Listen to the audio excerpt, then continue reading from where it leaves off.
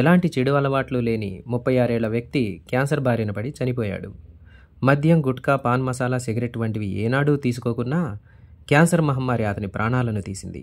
వైద్యులు ఆయన శరీరాన్ని పరిశోధించగా ప్లాస్టిక్ కవర్లలో తెచ్చిన వేడి ఆహారాన్ని తినడం, ప్లాస్టిక్ సీసాలో నీటిని తాగడం వల్ల అందులోని రసాయనాలతో క్యాన్సర్ బారిన పడినట్లు తేల్చారు.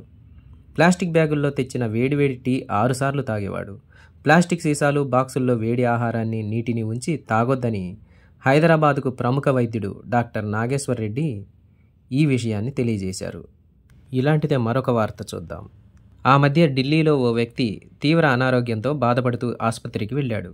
అతడి లక్షణాలను బట్టి చికిత్స చేసినా తగ్గలేదు. ఎన్ని పరీక్షలు చేసినా అసలు ఆ అనారోగ్యానికి కారణాలే తెలియలేదు.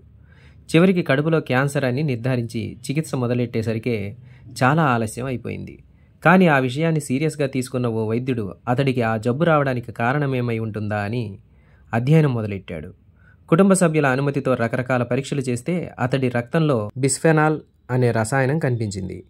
ప్లాస్టిక్ పాత్రల్లో వేడివేడి ఆహార పదార్థాలను ఉంచినప్పుడు ఆ వేడికి ప్లాస్టిక్ నుంచి అలాంటి రసాయనాలు ఉత్పన్నమై ఆహారంలో కలుస్తాయట. సో ఫ్రెండ్స్, ప్లాస్టిక్ వాడకాన్ని తగ్గిద్దాం. తద్వారా మనం, మన తోటి జీవరాశులు, పర్యావరణాన్ని కాపాడుకుందాం. ఈ వీడియో ఉపయోగకరమైనదని భావిస్తే కనుక లైక్ చేయండి, మీ మిత్రులకి షేర్ చేయండి. ధన్యవాదములు.